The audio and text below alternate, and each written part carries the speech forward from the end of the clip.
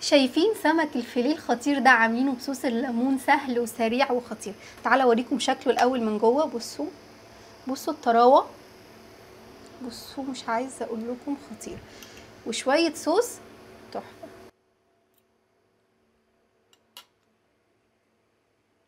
طعمه مزيكا وكمان سهل وسريع وما خدناش في تحضيره تلت ساعه. تعالى اقول لكم عملناه ازاي. معايا في البدايه كيلو سمك فيليه، انا جبته واتشطف بالميه كويس وانا مقطعاه شرايح بالشكل ده. بصوا تعالوا بقى نتبل. في بوله فاضيه هحط معلقتين زيت زيتون، عصير ليمونه،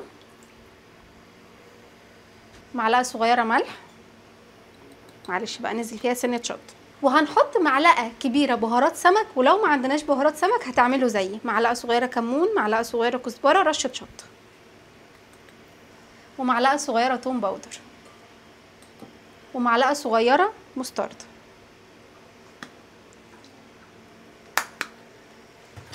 وعلى فكره يا جماعه المستردة نباتي، لان دوت نبات، فده ما فيهوش اي حاجه مش نباتيه. ونديها تقليبه كده حلوه. هنعمل شويه سمك فيليه بصوص الليمون كده، حاجه ايه خطيره. بعد ما قلبناهم هنجيب السمك بتاعنا ونحطه بقى ايه في التتبيله بالشكل ده. مش عايزه اقول لكم يا جماعه، يعني السمك الفيليه ده بيبقى خفيف جدا. طبعا زهقنا من المقلي، انا عملته لكم قبل كده كذا مره، بس النهارده قلت عايزه اعمله مشوي بطريقه حلوه وكمان صحيه جدا، وكمان هيبقى ممتاز في الرجيم. وممكن نديلهم ايه رشه فلفل اسود كده.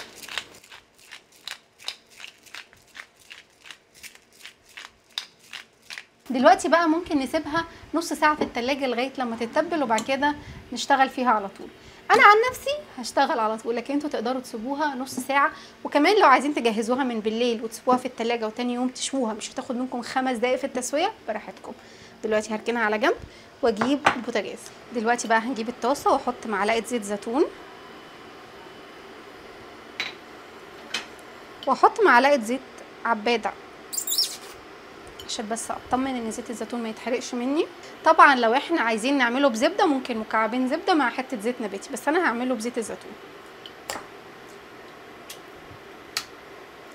ولازم الطاسه بتاعتي تبقى سخنه كويس، لازم نسمع الصوت ده.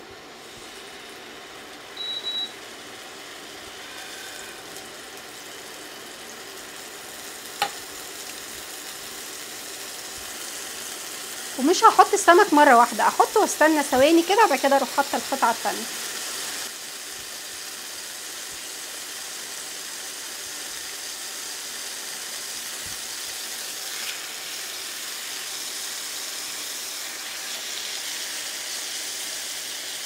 ولغايه لما السمك بتاعنا يبدا يستوي هجهز معايا هنا 3/4 كوبايه ميه، ولازم تكون ميه فتره عاديه، وهحط لها معلقه صغيره نشا،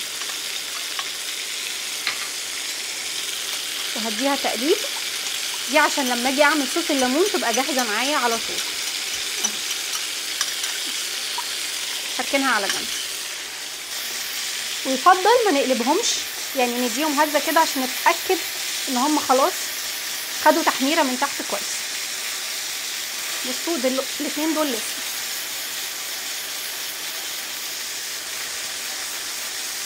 خلي بالكم ان سمك الفيليه حساس جدا، فانا لو قلبته ممكن الاقيه اتهرى مني.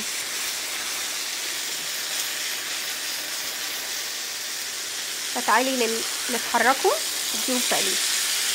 بصوا اللون، اللي اتحركوا بس هم اللي هقلبهم.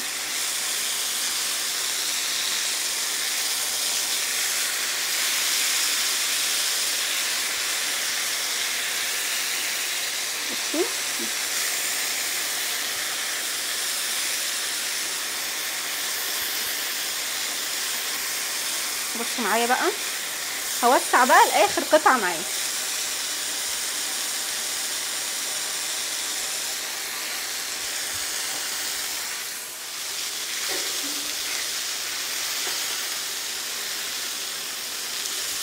بصوا معايا بقى اللي اتحمروا هبدا اطلعهم بالشكل ده. ودي كمان اتحمرت اهي.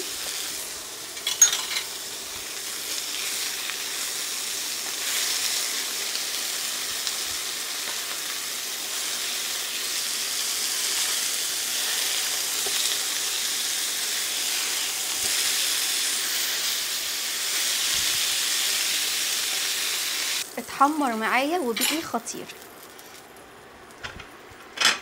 دلوقتي بقى هنهدي النار وهحط معلقه زيت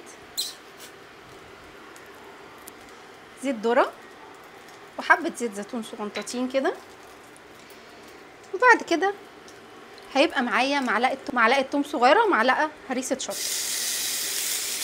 وايه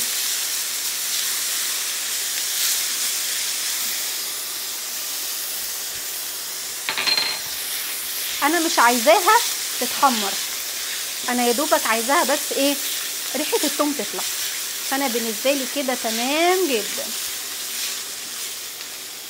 واروح حاطه عصير ليمونتين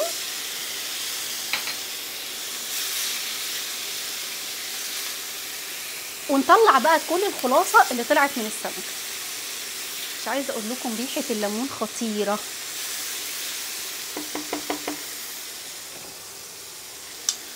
وبعد كده الكوبايه الا ربع ميه اللي احنا حطينا فيها معلقه نشا هنبدا نزودها بالشكل ده، ونفضل نقلب لغايه لما الصوص بتاعنا يبدا يتقل. بصوا خطير ازاي. وفي الخطوه دي هحط كام شريحه ليمون،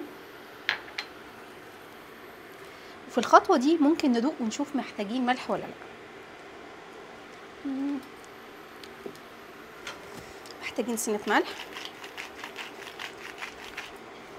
ومحتاجين سنه فلفل اسود، رشه كده فلفل اسود صغنطوطه. شايفين القوام الخطير ده؟ مش عايزه اقول لكم ريحتها حلوه قوي.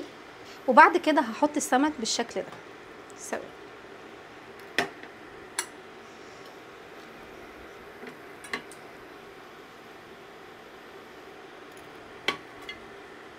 ونديها تقليبه بالشكل ده.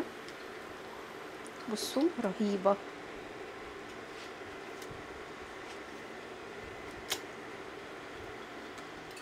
وهنسيبها في الصوص حوالي 3-4 دقايق كده لغايه لما تشرب منه، وبعد كده نطفي عليه. وبعد ما خد حوالي 4-5 دقايق كده هنحط له شويه شبت حلوين، يعني كتروا في الشبت صراحه، يعني الشبت بيوديها في حته تانية. وبعد كده هنقلبهم على الناحيه التانية. بصوا مش عايزه اقول لكم ريحتها خطيره.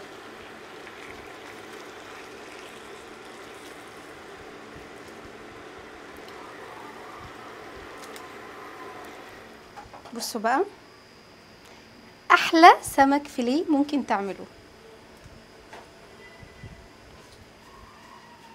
بصوا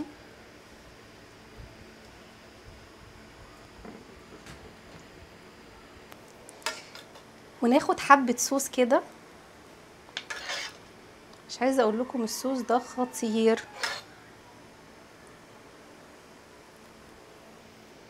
وده شكل السمك بتاعنا. بصوا شكله حلو ازاي. اتمنى فيديو النهارده يكون عجبكم، ولو عجبكم ما تنسوش تشتركوا معايا في القناه، وكمان ما تنسوش تتابعوني على الفيسبوك والتيك توك باسم نرمين صبري. اشوفكم على الف خير، مع السلامه.